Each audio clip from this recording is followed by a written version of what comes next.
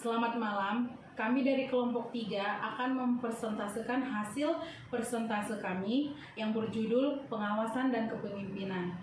Ada baiknya kami memperkenalkan diri kami terlebih dahulu sebelum kami memulai presentasenya.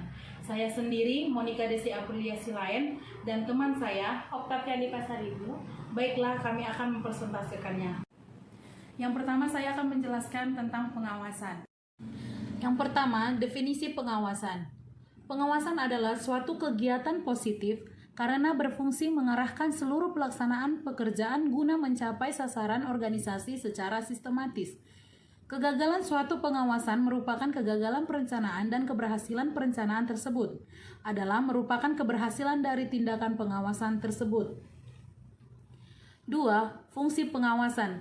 Ada menurut dua pakar. Yang pertama menurut Winardi, menetapkan tujuan-tujuan dan merencanakan bagaimana pencapaiannya, menentukan berapa banyak orang atau karyawan yang diperlukan, serta keterampilan-keterampilan yang perlu dimiliki mereka atau organization.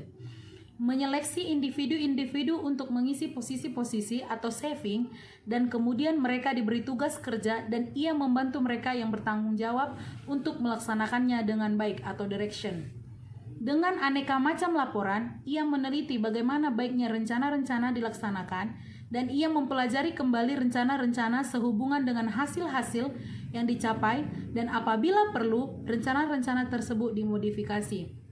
Dan menurut Nawawi, fungsi pengawasan itu mengemukakan sebagai berikut. Pengawasan mempunyai peranan yang penting dalam manajemen pegawaian. Ia mempunyai hubungan yang tidak terdekat dengan pegawai-pegawai perseorangan. Secara langsung dan baik buruknya pegawai bekerja sebagian besar akan tergantung kepada efektifnya ia bergaul dengan mereka.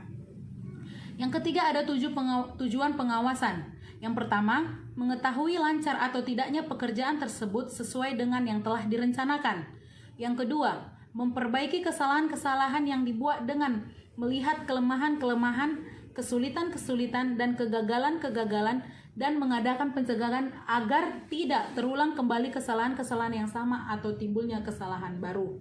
Yang ketiga, mengetahui apakah penggunaan fasilitas pendukung kegiatan telah sesuai dengan rencana atau terarah pada pasaran.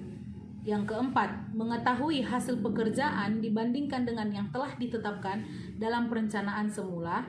Yang kelima, mengetahui apakah segala sesuatu berjalan efisien dan dapatkah diadakan perbaikan-perbaikan lebih lanjut sehingga mendapatkan efisiensi yang besar. Yang keempat, ada proses pengawasan. Terdiri dari menetapkan standar pelaksanaan. Yang dimaksud dengan standar pelaksanaan itu standar mengandung arti sebagai suatu satuan pengukuran yang dapat digunakan sebagai patokan untuk penilaian hasil-hasil. Yang kedua ada mengukur hasil pekerjaan. Pengukuran di sini adalah tindakan memastikan jumlah atau kapasitas suatu entitas yang digariskan dengan baik. Yang ketiga membandingkan hasil pekerjaan dengan standar. Tahap kritis dan proses pengawasan adalah membandingkan pelaksanaan nyata dengan pelaksanaan yang direncanakan atau standar yang telah ditetapkan. Selanjutnya ada mengoreksi penyimpangan yang tidak dikehendaki melalui tindakan perbaikan. Pengawasan atau pimpinan harus mampu memahami dengan pikiran yang jernih terhadap seluruh pegawai yang diawasi. Tindakan koreksi dapat diambil dalam bentuk seperti berikut. Yang pertama, mengubah standar mula-mula atau barangkali terlalu tinggi atau terlalu rendah. Yang kedua, mengubah pengukuran pelaksanaan atau inspeksi terlalu sering frekuensinya atau kurang, atau bahkan mengganti sistem pengukuran itu sendiri. Yang ketiga, mengubah cara dalam menganalisa dan menginterpretasikannya penyimpangan-penyimpangan. Yang kelima, ada dia jenis-jenis pengawasan.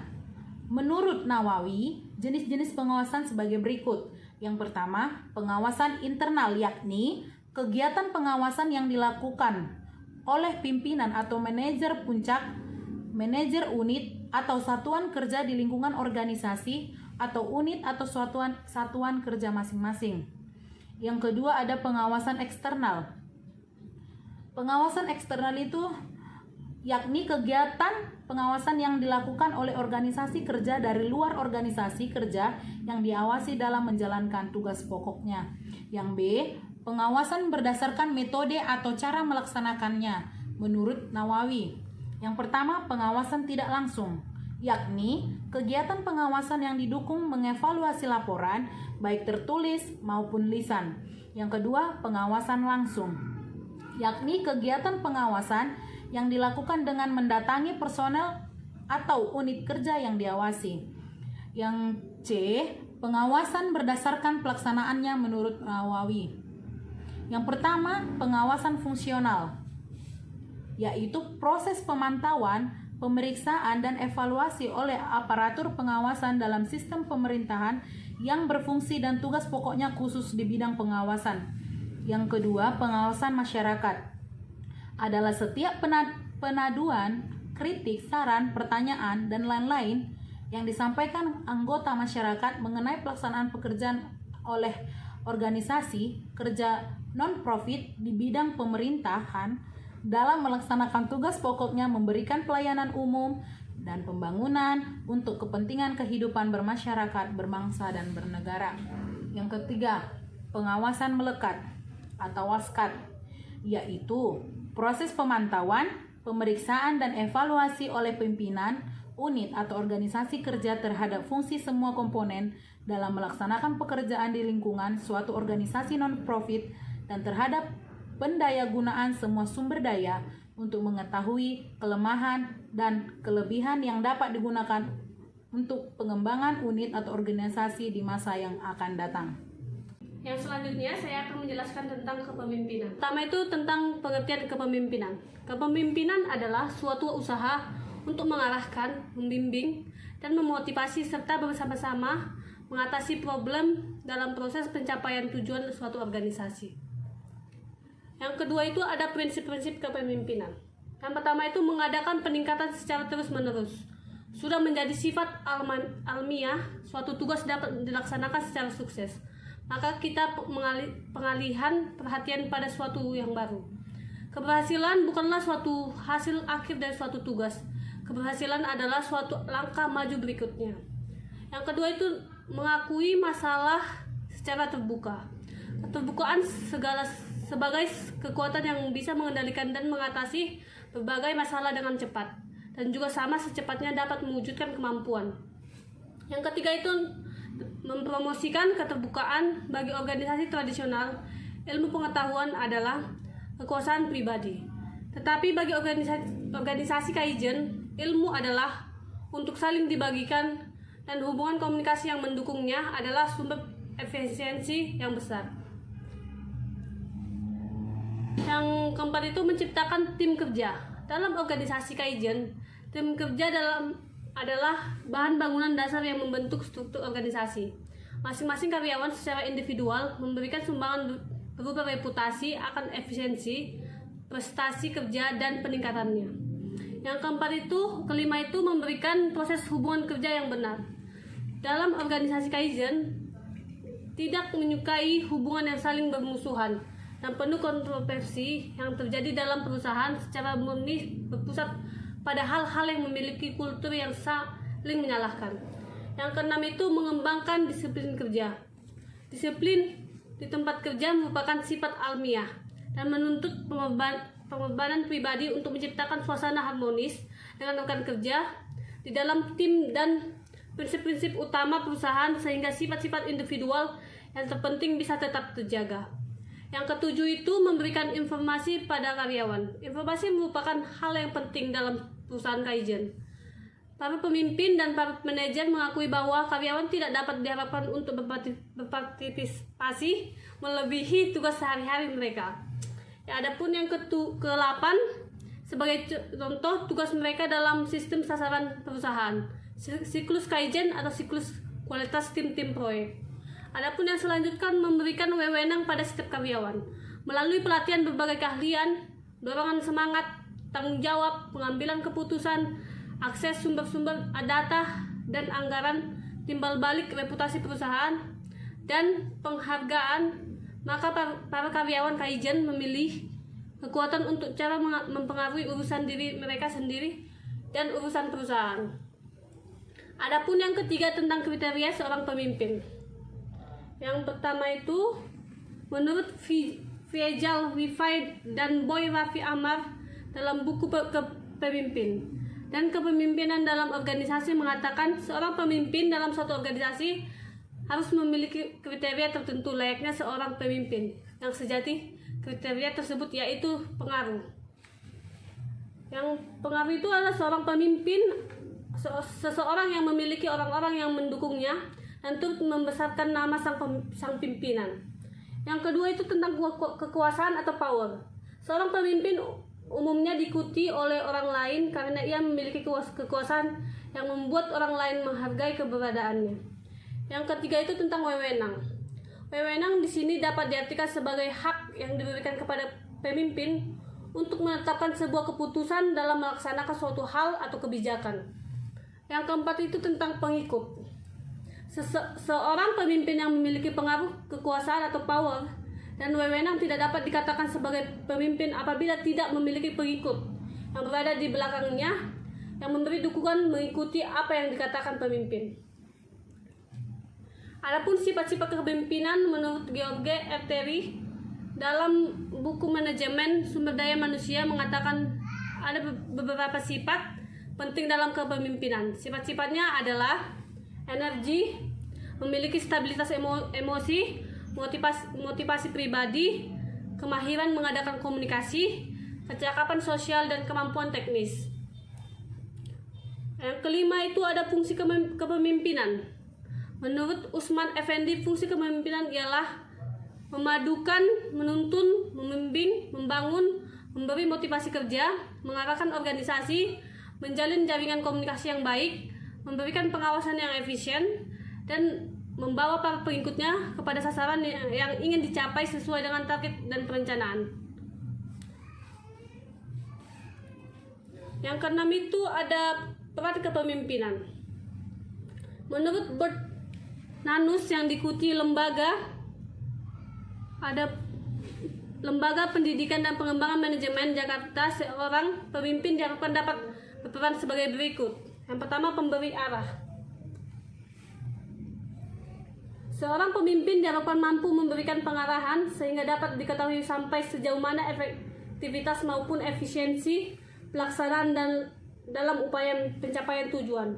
Yang kedua itu agen perubahan. Seorang pemimpin sebagai katalisator perubahan pada lingkungan eksternal. Untuk itu, pemimpin harus mampu mengantisipasi perkembangan dunia luar serta menganalisis implikasinya terhadap organisasi, menetapkan visi yang tepat untuk menjawab hal yang utama dan prioritas atas perubahan tersebut, mempromosikan penelitian serta memberdayakan karyawan menciptakan perubahan-perubahan yang penting. Yang ketiga itu tentang pembicara. Seorang pemimpin sebagai pembicara ahli, pendengar yang baik, dan penentu visi organisasi merupakan penasihat negosiator organisasi dari pihak luar agar mereka informasi, dukungan, ide dan sumber daya yang bermanfaat bagi perkembangan organisasi. Adapun yang keempat itu pembina. Pemimpin adalah pembina tim yang memberdayakan individu-individu dalam organisasinya dan mengarahkan perilaku mereka sesuai visi yang telah dirumuskan. Yang ketujuh itu faktor-faktor yang mempengaruhi kepemimpinan. Yang menurut Komang Ardana dan Niwawan Mujiati dalam buku Perilaku Organisasi mengatakan ada beberapa faktor tertentu yang dapat mempengaruhi proses kepemimpinan dalam suatu organisasi. Faktornya tersebut antara lain yaitu karakteristik pribadi pemimpin. Yang sangat menonjol adalah inteligensi. Umumnya pemimpin akan mempunyai taraf inteligensi yang lebih tinggi daripada yang dipimpin. Selain itu ada karakteristik lain seperti kecerdasan dan memotivasi. Yang kedua itu kelompok yang dipimpin. Kumpulan daripada karakteristik pribadi seorang pemimpin seperti yang diuraikan di atas itu belum berarti apa-apa. Sebelum ia menggunakan sebagai alat untuk menginterpretasi tujuan yang harus dicapai olehnya. Yang ketiga itu situasi. Setiap pemimpin akan berfungsi pada suatu situasi. yang berupa situasi manusia, fisik, dan waktu. Tiap-tiap perubahan situasi membutuhkan perubahan dalam macam kemampuan memimpin.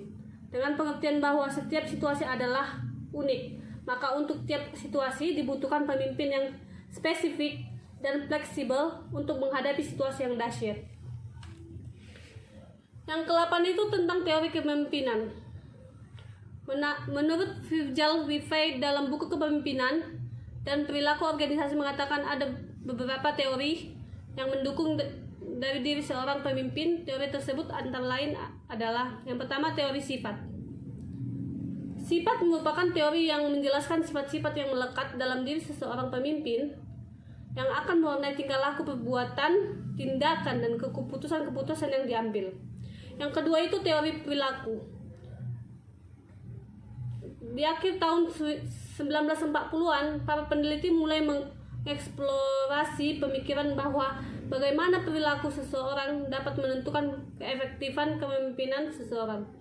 Dan mereka akan menemukan sifat-sifat mereka yang meneliti pengaruhnya pada prestasi dan kepuasan dari pengikut-pengikutnya. Yang ketiga itu teori kepemimpinan situasional. Suatu pendekatan terhadap kepemimpinan yang menyatakan bahwa pemimpin memahami perilakunya, sifat-sifat bawahannya, dan situasi sebelum menggunakan gaya kepemimpinan tersebut. Pendekatan ini mensyaratkan pemimpin untuk memiliki keterampilan diagnostik dalam perilaku manusia. Adapun yang kesembilan itu teori kelahiran pemimpin.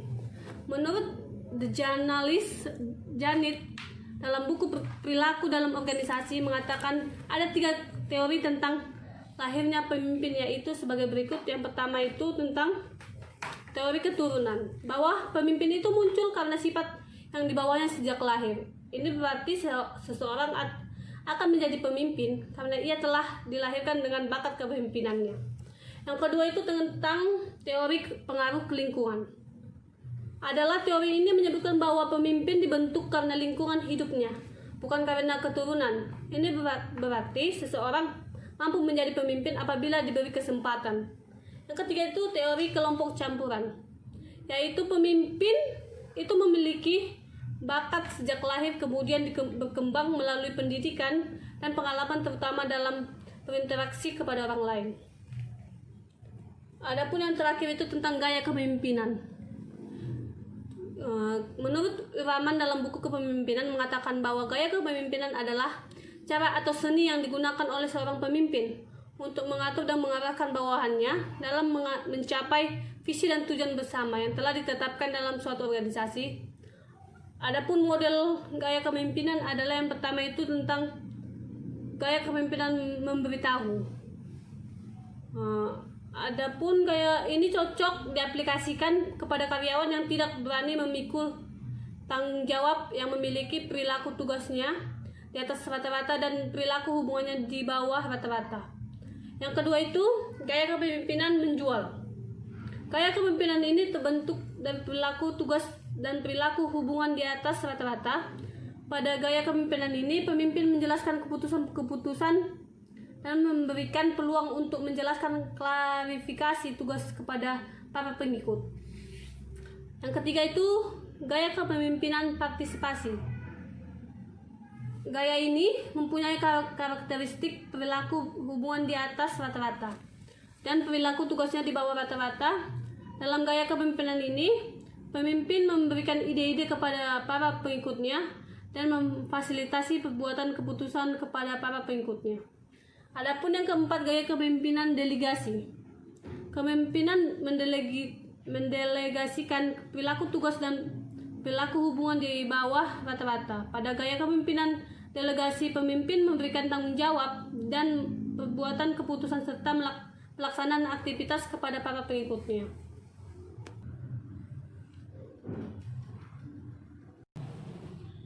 Baiklah, sekian persentase dari kami. Jika ada kata-kata yang salah, kami mohon maaf. Selamat malam.